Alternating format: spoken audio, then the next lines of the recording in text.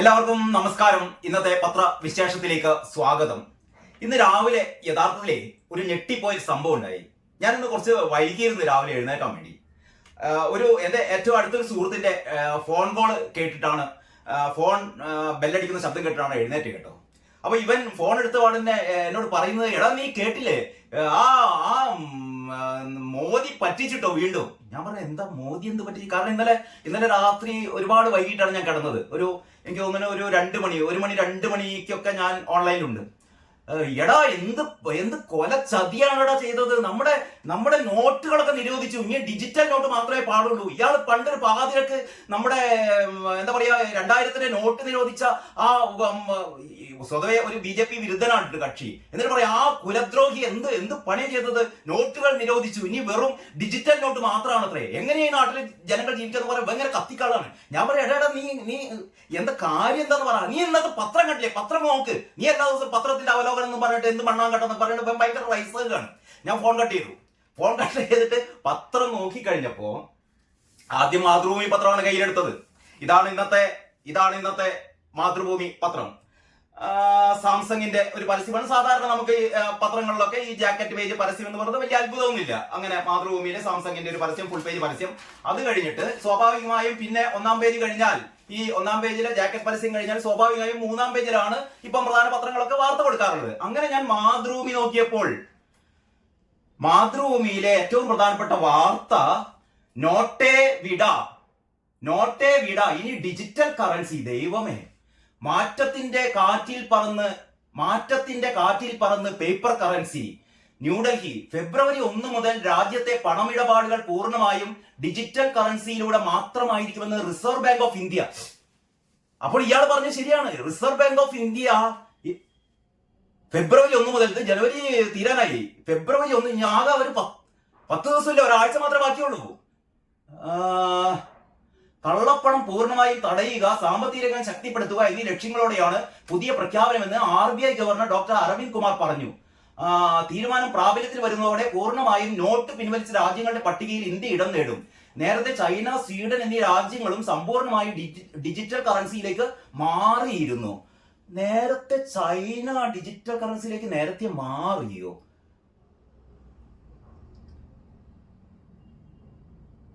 വലിയ വാർത്ത. അതാ ഈ വലതുഭാഗത്ത് ഒഴിവായി വൻ ദുരന്തം, രക്ഷപ്പെട്ടത് 30,000 പേർ. ഇങ്ങനെ ഒരു സംഭവം അതിന്റെ അടുത്ത് നടന്നു. ഇന്നലെ എന്ത് സംഭവിച്ചത്? കൽപ്പറ്റ ചെമ്പ്രമലയ്ക്ക് സമീപം അത്തിമലയിലെ ഉരുൾപൊട്ടൽ സാധ്യത അതിനൂതന AI സാങ്കേതിക വിദ്യ പ്രവചിച്ചതോടെ ഒഴിവായത് വൻ ദുരന്തം. അപകട സാധ്യത നേരത്തെ അറിയാൻ സാധിച്ചതോടെ മാറ്റിപ്പാർപ്പിക്കൽ ഇല്ലാതെ തന്നെ 30,000 പേരുടെ ജീവൻ രക്ഷിക്കാനായി. കൊച്ചി ജെയിൻ യൂണിവേഴ്സിറ്റിയിലെ ഗവേഷക വിദ്യാർത്ഥികൾ വികസിപ്പിച്ചെടുത്ത ജിയോഗാർഡ് സംവിധാനത്തിന്റെ സഹായത്തോടെയാണ് ഈ നേട്ടം. കൊച്ചിയിലെ ജെയിൻ യൂണിവേഴ്സിറ്റി. ഈ ജെയിൻ യൂണിവേഴ്സിറ്റി എന്നുള്ള പേര് കേട്ടപ്പോഴാണ് സംഗതിയുടെ യാഥാർത്ഥ്യം മനസ്സിലായത്. സംഗതിയുടെ യാഥാർത്ഥ്യം കേട്ടോ, ഇത് ഞെട്ടിപ്പിക്കുന്ന തോന്നിവാസം. പണ്ട് പറഞ്ഞിട്ടില്ല, എന്താണ്, ദീപസ്തംഭം മഹാശ്ചര്യം നമുക്കും കിട്ടണം പണം എന്ന് കുഞ്ചൻ നമ്പ്യാർ പണ്ട് പാടിയിരുന്നു. ഈ എന്ത് വൃത്തികേട് കാണിച്ചാലും ഞങ്ങൾക്ക് പണം കിട്ടണം എന്നുള്ള ലക്ഷ്യത്തോടെ പ്രവർത്തിക്കുന്ന ആൾക്കാരെ കുറിച്ച് ഇത് മാതൃഭൂമിയുടെ മാത്രം കാര്യമല്ല കേട്ടോ. ഇന്ന് ഇറങ്ങിയ മാതൃഭൂമിയും മനോരമയും കേരള കൗമുദിയും മാധ്യമവും, ഞാൻ ഇന്ന് നോക്കിയ 5 പത്രങ്ങളിൽ ദേശാഭിമാനി മാത്രമാണ് ഒഴിവായത്. എന്തുകൊണ്ടാണെന്ന് അറിയില്ല. മറ്റ് പത്രങ്ങളുടെയൊക്കെ ഒന്നാം പേജ് എന്ന് പറയുന്നത്, ഞാൻ പെട്ടെന്ന് ഈ ജെയിൻ യൂണിവേഴ്സിറ്റിയിലെ വിദ്യാർത്ഥികൾ നടത്താൻ പോകുന്ന മഹാ കാര്യങ്ങളെ കുറിച്ചാണ്. ഈ ജെയിൻ യൂണിവേഴ്സിറ്റി പെട്ടെന്നാണ് എനിക്ക് തോന്നിയത്. അപ്പോഴാണ് ഇതാ ചെറിയൊരു മാർക്കറ്റിംഗ് ഫീച്ചർ എന്നിട്ട് ഏറ്റവും അടിയിൽ ഇത് ഒരുപാട് ഇമാതിരി വാർത്തകൾ കൊടുത്തിട്ട്, ഗോളാന്തര കിരീടം പങ്കിട്ട് ഭൂമിയും ചൊവ്വയും, റോബോ മന്ത്രിയേറ്റ് 1, അതിരില്ലാ ലോകം, തടയില്ലാ ലോകം, ആഴക്കടൽ ഇനി ആൾക്കടൽ എന്നൊക്കെ പറയുന്ന വാർത്തകൾ കൊടുത്തിട്ട്, ഇതൊക്കെ പോട്ടെ, നമ്മൾ ഞെട്ടിപ്പോവുകയാണ്. നോട്ടേ വിട ഇനി ഡിജിറ്റൽ കറൻസി. റിസർവ് ബാങ്ക് പറയുന്നു, റിസർവ് ബാങ്ക് ഓഫ് ഇന്ത്യ പ്രഖ്യാപിച്ചു എന്നുള്ള തരത്തിലാണ് വാർത്ത കൊടുത്തത്. ഇപ്പോൾ ഈ വാർത്ത വായിച്ചപ്പോഴാണ് ഇത് ജെയിൻ യൂണിവേഴ്സിറ്റി എന്താ നിങ്ങൾക്ക് അറിയോ? ഇത് എന്റെ ഈ വീഡിയോ കേൾക്കുന്ന ആൾക്കാര് ഒന്ന് റീവൈൻഡ് ചെയ്യുക നിങ്ങളുടെ ഓർമ്മകൾ ഒരു 5 വർഷം പിന്നിലേക്ക്. എനിക്ക് തോന്നുന്നു 2019 കാലഘട്ടത്തിൽ കോടിക്കണക്കിന് രൂപ തട്ടിപ്പ് നടത്തിയ university, deemed to be university, deemed university അല്ല, ഡീംഡ് ടു ബി യൂണിവേഴ്സിറ്റി എന്ന് പറയുന്ന കർണാടകയിലെ ബാംഗ്ലൂർ ആസ്ഥാനമായ ജെയിൻ യൂണിവേഴ്സിറ്റി കേരളത്തിൽ ഓഫ് ക്യാമ്പസ് തുറന്ന്, നമ്മുടെ കുസാറ്റിന്റെ മൂക്കിന്റെ തുമ്പത്താണ്, കുസാറ്റിന്റെ മൂക്കിന്റെ തുമ്പത്ത് കാക്കനാട് ഓഫ് ക്യാമ്പസ് തുറന്നിട്ട്, ഈ ജെയിൻ യൂണിവേഴ്സിറ്റി എന്ന പേരിൽ ഓഫ് ക്യാമ്പസ് തുറന്നിട്ട് 100 കണക്കിന് വിദ്യാർത്ഥികളിൽ നിന്ന് ലക്ഷങ്ങൾ ഫീസ് ഇനത്തിൽ വാങ്ങി ഇവര് തെറ്റിദ്ധരിപ്പിച്ചുകൊണ്ട്, ഇത് കേരള സർക്കാരിന്റെ അംഗീകാരമില്ലാത്ത, UGCയുടെ അംഗീകാരമില്ലാത്ത, കേരളത്തിലെ ഹയർ എഡ്യൂക്കേഷൻ ഡിപ്പാർട്ട്മെന്റിന്റെ അംഗീകാരമില്ലാത്ത തട്ടിപ്പ് സർവകലാശാല, തട്ടിപ്പ് യൂണിവേഴ്സിറ്റി എന്ന് 2019 പത്രങ്ങൾ മുഴുവൻ, പത്രങ്ങളല്ല, കാരണം ജെയിൻ യൂണിവേഴ്സിറ്റിയുടെ ജെയിൻ യൂണിവേഴ്സിറ്റിയുടെ പരസ്യമുണ്ട്. ജെയിൻ യൂണിവേഴ്സിറ്റിയുടെ 23 വലിപ്പത്തിലുള്ള ഒരു പരസ്യം. ആ പരസ്യത്തിൽ പറയുന്നത് എന്താണെന്നറിയോ? Be the change, be the future, be the change, be the future, apply for the future. ഭാവി കാലത്തേക്ക് അപ്ലൈ ചെയ്യാൻ വേണ്ടിയിട്ട് കുട്ടികളോട് പറയാണ്, രക്ഷിതാക്കളോട് പറയാണ്, application open for the futuristic UG and PG programmes. ഇവരുടെ UG PG പ്രോഗ്രാംസിന് വേണ്ടിയിട്ട് ആപ്ലിക്കേഷൻ കോൾ ഫോർ ചെയ്ത പരസ്യമാണ് Jain deemed to be university Kochi. Deemed to be university Kochi, കൊച്ചിയിലെ യൂണിവേഴ്സിറ്റി അല്ല, ബാംഗ്ലൂരിലെ യൂണിവേഴ്സിറ്റിയാണ്. ഈ യൂണിവേഴ്സിറ്റിക്ക് കർണാടകയിൽ മാത്രം പ്രവർത്തിക്കാൻ അനുമതിയുള്ളൂ. ഇതൊന്നും ഞാൻ പറയുന്നതല്ല. നിങ്ങൾക്ക് സംശയമുള്ള ആൾക്കാർ ഓൺലൈനിൽ ഒന്ന് സെർച്ച് ചെയ്യുക, ഗൂഗിളിൽ സെർച്ച് ചെയ്യുക, ജെയിൻ യൂണിവേഴ്സിറ്റി എന്ന് അടിച്ചു കഴിഞ്ഞാൽ 2019 വളരെ കൃത്യമായി കേരളത്തിലെ ഹയർ എഡ്യൂക്കേഷൻ ഡിപ്പാർട്ട്മെന്റ്, എനിക്ക് തോന്നുന്നത് ഉഷ ടൈറ്റസ് ആണ്, ഹയർ എഡ്യൂക്കേഷൻ ഡിപ്പാർട്ട്മെന്റിന്റെ higher education secretary Usha Titus ഒരു പത്രക്കുറിപ്പ് പോലെ ഇറക്കിയിരുന്നു. 2019-2020 കാലഘട്ടത്തിൽ ഈ ജെയിൻ യൂണിവേഴ്സിറ്റിയുടെ തട്ടിപ്പിൽ കുടുങ്ങരുത് വിദ്യാർത്ഥികൾ. കാരണം ഇവര് ലക്ഷക്കണക്കിന് രൂപയുടെ ഇത്തരത്തിലുള്ള പരസ്യം ഇത് കഴിഞ്ഞില്ല. ഈ 3-ാം പേജും കഴിഞ്ഞതാ. മാതൃഭൂമിയുടെ അടുത്ത പേജ്, വലത്തെ പേജ്, 5-ാം പേജിൽ ഇതാ, are you ready for the summit of future. Jain യൂണിവേഴ്സിറ്റിയുടെ പരസ്യത്തിന്റെ ബാക്കി, ഇന്ന് നാളെ ഇന്ന് എന്നൊക്കെ പറഞ്ഞിട്ട് ഇവിടെ എന്തൊക്കെയോ മലമറിക്കുന്ന സംഭവം എന്ന് പറഞ്ഞിട്ട് നമ്മളിതാ വരാൻ പോകുന്ന അടുത്ത 25 വർഷത്തിന് അങ്ങേപ്പുറം എന്ത് സംഭവിക്കുന്നു എന്നൊക്കെ പറഞ്ഞിട്ടുള്ള ഒരു പരസ്യമാണ് ഈ പേജ് കൊടുത്തത്. നിങ്ങൾ ആലോചിച്ച് നോക്കിയാട്ടെ, ജാക്കറ്റ് പരസ്യം 2 പേജുകളിൽ ജാക്കറ്റ് പരസ്യം കൊടുത്തിട്ടുണ്ട്. ലക്ഷക്കണക്കിന് രൂപയുടെ പരസ്യമാണ്. മാതൃഭൂമി എന്ന് പറയുന്ന പത്രം, ഞാൻ മാതൃഭൂമിയെ മാത്രം കുറ്റപ്പെടുത്തുന്നില്ല, ഇന്നിറങ്ങിയ എല്ലാ പത്രങ്ങളും എക്സെപ്റ്റ് ഞാൻ രാവിലെ എല്ലാ ദിവസവും 5 പത്രങ്ങൾ ഈ അവലോകനത്തിന് വേണ്ടിയിട്ട് മുഴുവൻ അരിച്ചു പെറുക്കുമ്പോ ഇതില് ദേശാഭിമാനി ഒഴികെ, ദേശാഭിമാനിക്ക് എന്തുകൊണ്ട് ദേശാഭിമാനി ഒരുപക്ഷെ നൈതികതയുടെ പേരിൽ ദേശാഭിമാനി മാറ്റി നിർത്തിയിരിക്കുകയാണെങ്കിൽ ഞാൻ ദേശാഭിമാനി അഭിനന്ദിക്കുന്നു. അതല്ലെങ്കിൽ ദേശാഭിമാനിക്കാരെടുത്ത് വേണ്ട എന്നുള്ള രീതിയിൽ ഒരു ദേശാഭിമാനിക്ക് ഇനി വൈകിപ്പോയത് കൊണ്ട് നാളെ കൊടുക്കുന്നതെന്ന് എനിക്കറിയില്ല കേട്ടോ. ദേശാഭിമാനി ഞാൻ കണ്ടില്ല, അത്ര മാത്രമേ പറയുന്നുള്ളൂ. അപ്പോൾ മാതൃഭൂമിയാണ് മറ്റു പത്രങ്ങളെക്കാൾ ഗംഭീരമായി. കാരണം മറ്റ് 3 പത്രങ്ങളിലും ഒരേ തരത്തിലുള്ള ലേഔട്ട് ആണ്. പക്ഷെ മാതൃഭൂമിയിലാണ് ഈ ലേഔട്ട് കുറേയും കൂടി ഒരു മാതൃഭൂമിയുടെ സ്റ്റൈലിൽ. അതാണ് ഏറ്റവും രസം. അതായത് സാധാരണ ഈ പേജ് നോക്കിയാട്ടെ, മറ്റ് പത്രങ്ങളൊക്കെ നോക്കുകയാണെങ്കിൽ ഇപ്പൊ മാധ്യമത്തിന്റെ 1-ാം പേജ് ഇങ്ങനെയാണ്. സെയിം സാധനം തന്നെ മാധ്യമം കൊടുത്തത് ഇങ്ങനെയാണ് എന്ന് പറഞ്ഞാൽ മാധ്യമത്തിന്റെ ഒരു സാധാരണ സ്ഥിരം ലേഔട്ട് അല്ല ഇത്. അതേപോലെ മലയാള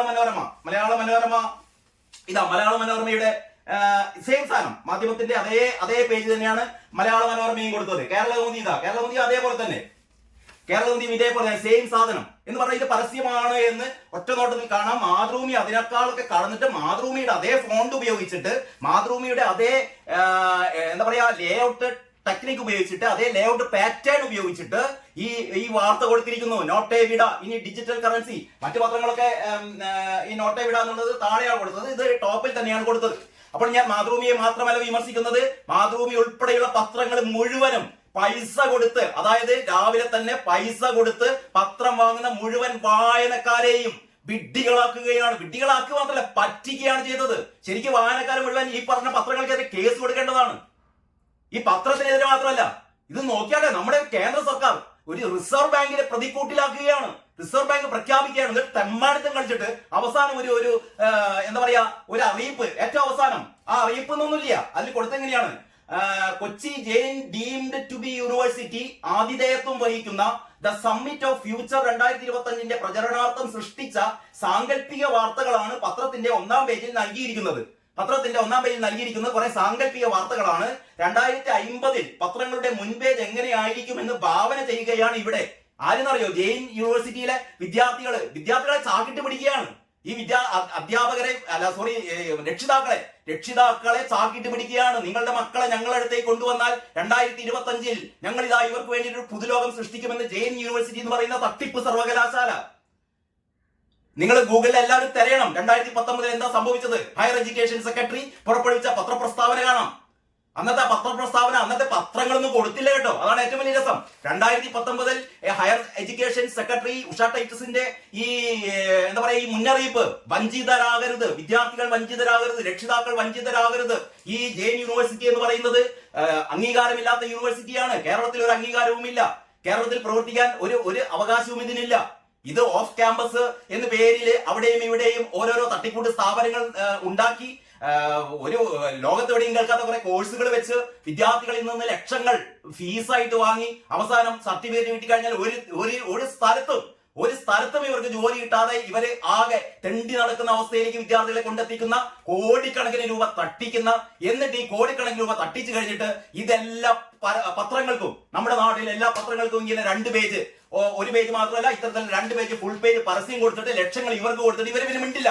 ഞാൻ ചോദിക്കട്ടെ, നാളെ ഈ ജെയിൻ യൂണിവേഴ്സിറ്റിയുടെ ഈ കോപ്പും ഈ കൊഞ്ഞാണ സാധനങ്ങളും തട്ടിപ്പാണ് എന്ന് പറഞ്ഞാൽ ഈ പറഞ്ഞ പത്രം വാർത്ത കൊടുക്കുമോ? ലക്ഷങ്ങളാണ് ഈ പരസ്യത്തിന്റെ പേരിൽ ഇവർ വാങ്ങിയത്. അപ്പോൾ നമ്മുടെ നാട്ടിൽ ഈ പത്രങ്ങൾ എന്ന് പറഞ്ഞാൽ ഇതിനൊക്കെയാണ് നമ്മൾ പത്രം എന്ന് വിളിക്കുന്നത്. ഒരു നൈതികത വേണ്ടേ? ഒരു സത്യസന്ധത വേണ്ടേ പത്രം നടത്തണമെങ്കിൽ?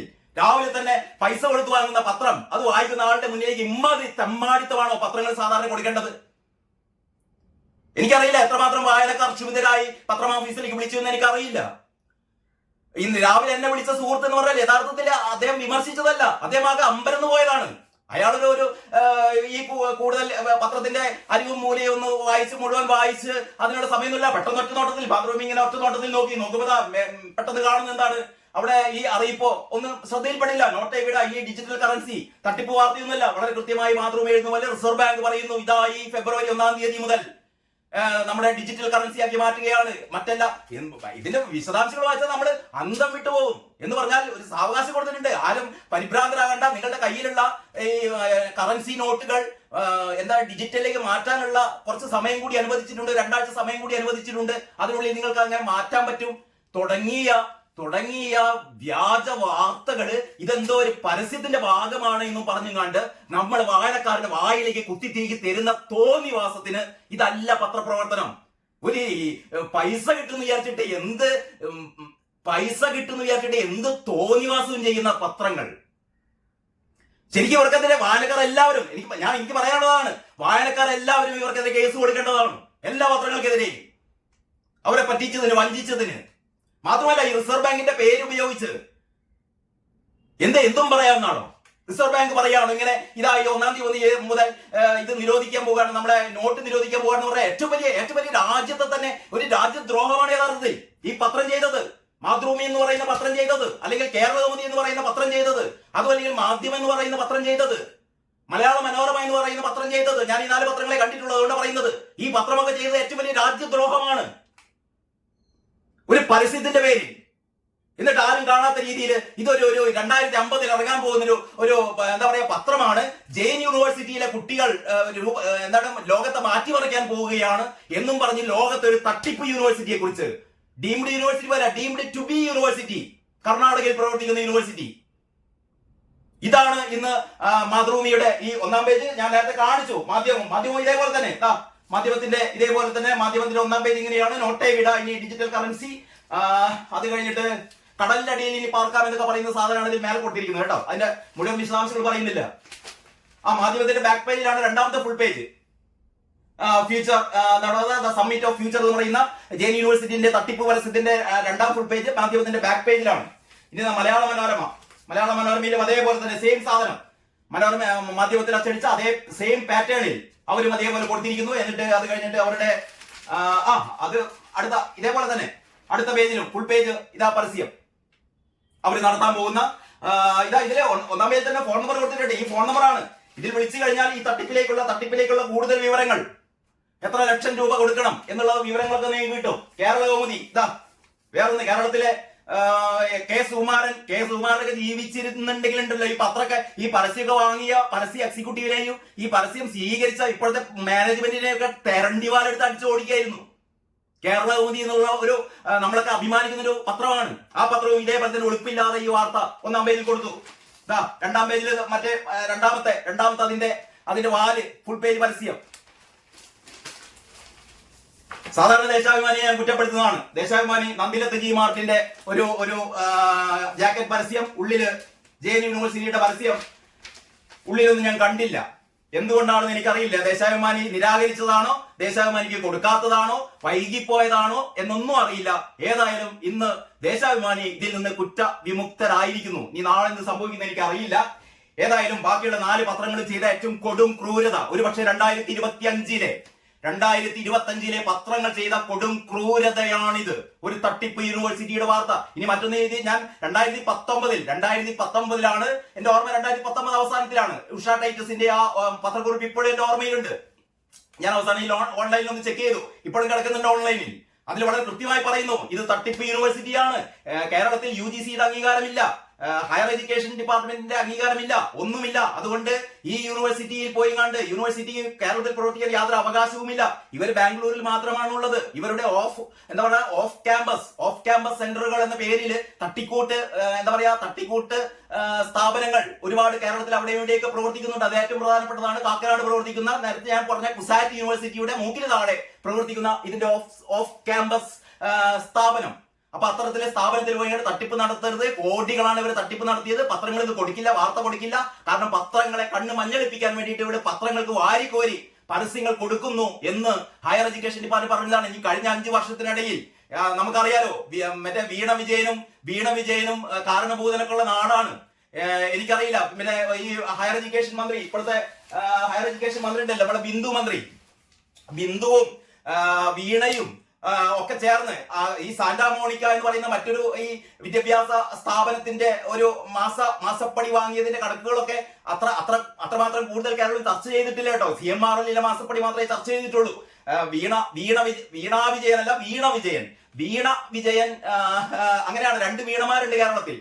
ഒന്ന് വീണ വിജയനും വീണ ജോർജും.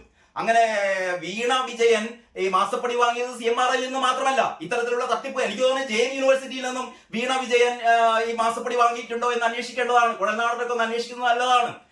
സാധ്യതയുണ്ട്. കാരണം സാന്റാ മോണിക്കയിൽ നിന്ന് ഇങ്ങനെ വാങ്ങി എന്നൊക്കെയാണ് നമ്മൾ ഇതിന്റെ ഇടയിൽ വാർത്ത കേട്ടത്.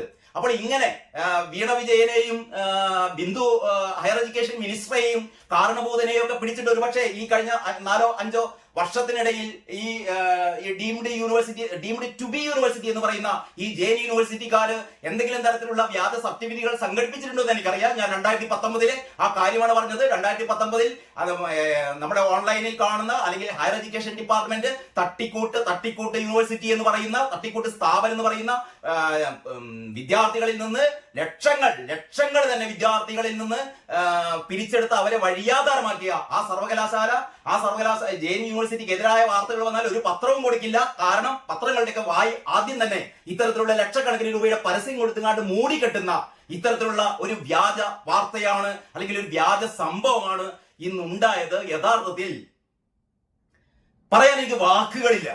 ഞെട്ടിപ്പിക്കുന്ന. ഇനി നിങ്ങൾ തന്നെ തീരുമാനിക്കുന്നത് എന്താണ് സംഭവം എന്ന്. ഞാൻ ഇതിന്റെ ഈ വാർത്തകളൊക്കെ വായിച്ചു കഴിഞ്ഞാൽ നമുക്ക് അന്തം വിടും കേട്ടോ. അതാണ് മറ്റേ ജെഎൻ യൂണിവേഴ്സിറ്റിയിലെ വിദ്യാർത്ഥികൾ, അതാണ് ഏറ്റവും വലിയ രസം.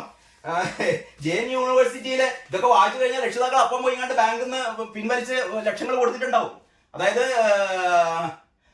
കൊച്ചി ജെഎൻ യൂണിവേഴ്സിറ്റിയിലെ ഗവേഷക വിദ്യാർത്ഥികൾ വികസിപ്പിച്ചെടുത്ത ജിയോ ഗാർഡ് സംവിധാനത്തിന്റെ സഹായത്തോടെയാണ് ഈ നേട്ടം. ഇന്ത്യയില് ഈ ജെഎൻ യൂണിവേഴ്സിറ്റി എന്ന് പറയുന്ന തട്ടിക്കൂട്ട് സ്ഥാപനത്തിൽ പോയി പഠിച്ച വിദ്യാർത്ഥികളാണ് ഇനി 2050 ആകുമ്പോഴത്തേക്ക് നമ്മളെയൊക്കെ രക്ഷിക്കാൻ വേണ്ടി പോകുന്ന ഇത്തരത്തിലുള്ള സാങ്കേതിക വിദ്യകളുടെ ഉപജ്ഞാതാക്കൾ എന്ന രീതിയിലാണ് നമ്മളെയൊക്കെ വിഭ്രമിപ്പിക്കുന്നത്. അപ്പോൾ ഈ ഒരു ആദ്യത്തെ വീഡിയോ ഞാൻ ഇത്ര മാത്രമേ പറയുന്നുള്ളൂ. ബാക്കി വാർത്തകളെ കുറിച്ച് അല്ലെങ്കിൽ ബാക്കി പത്രത്തിന്റെ അവലോകനം അടുത്ത വീഡിയോയിൽ കാണാം. ഏതായാലും ഈ ഒരു ഭീകര സംഭവം എല്ലാവരും രാവിലെ പത്രം വായിക്കുന്ന എല്ലാവരും ഇതൊക്കെ കണ്ടിട്ടുണ്ടാവും. എങ്ങനെയൊക്കെയാണ് നിങ്ങൾ ഇതിനെ കണക്കാക്കിയെന്ന് അറിയില്ല. പക്ഷെ എങ്കിലും ഈ ജെഎൻ യൂണിവേഴ്സിറ്റിയുടെ കാര്യം ഒരുപക്ഷെ കാരണം നമ്മുടെ നമ്മുടെ ഓർമ്മകള് വളരെ ചുരുങ്ങിയതാണ്. കാരണം നമ്മളെ സംബന്ധിച്ചിടത്തോളം ഇന്നലെ കഴിഞ്ഞത് പലപ്പോഴും പെട്ടെന്ന് മറക്കുന്നവരാണ് മലയാളികൾ എന്ന് പറയാറുണ്ട്. പഴയ കാലങ്ങളൊന്നും പലപ്പോഴും നമ്മൾ ഓർമ്മിക്കാറില്ല, പണ്ട് കാലത്തെ സംഭവങ്ങളൊന്നും. പക്ഷെ ഓർമ്മകൾ ഉണ്ടായിരിക്കണം. TV ചന്ദ്രന്റെ ഒരു സിനിമയുണ്ട്, ഓർമ്മകൾ ഉണ്ടായിരിക്കണം. നല്ലതാണ് ഓർമ്മകൾ ഉണ്ടായിരിക്കേണ്ടത്. അപ്പൊ അങ്ങനെയാണ് ഈ 5 വർഷം മുമ്പ് ഉണ്ടായിരുന്ന ജെയിൻ യൂണിവേഴ്സിറ്റിയുടെ ഒരു തട്ടിപ്പ് വാർത്ത എന്റെ മനസ്സിലേക്ക് വന്നത്. ഞാനൊന്ന് വെരിഫൈ ചെയ്തു ഓൺലൈനിൽ. അപ്പോഴാണ് ആ വാർത്തകളൊക്കെ അവിടെ തന്നെ കിടക്കുന്നുണ്ട്. ആർക്കെങ്കിലും സംശയമുണ്ടെങ്കിൽ ഓൺലൈനിൽ പോയി സെർച്ച് ചെയ്യുക. ജെയിൻ യൂണിവേഴ്സിറ്റി എന്ന് അടിച്ചു നോക്കിയാൽ 2019 ജെയിൻ യൂണിവേഴ്സിറ്റി നടത്തിയ കൊടും ക്രൂരതകൾ, കൊടും തട്ടിപ്പുകളുടെ വാർത്ത നമുക്ക് കിട്ടും. പത്രങ്ങൾക്ക്, അക്കാലത്തെ പത്രങ്ങൾ ഈ വാർത്ത എന്തുകൊണ്ട് കൊടുത്തില്ല എന്നുള്ളത് പോലും ചില ഓൺലൈൻ മാധ്യമങ്ങളൊക്കെ വളരെ വിശദമായിട്ട് തന്നെ കൊടുത്തിട്ടുണ്ട്. വൈലന്റ് സ്റ്റോറികൾ പോലും ഉണ്ട് ഇത് സംബന്ധിച്ചിട്ട്. ഉഷ ടൈറ്റസ് അന്ന് ഇറക്കിയ പത്രക്കുറിപ്പ് നിങ്ങൾക്ക് കാണാം. ഏതായാലും എല്ലാവർക്കും ഈ ഒരു ഞെട്ടിപ്പിക്കുന്ന വാർത്ത വായിച്ച് തിരിയാത്ത ആൾക്കാർ അല്ലെങ്കിൽ വായനക്കാരോട് സഹതാപം പ്രകടിപ്പിച്ചുകൊണ്ട്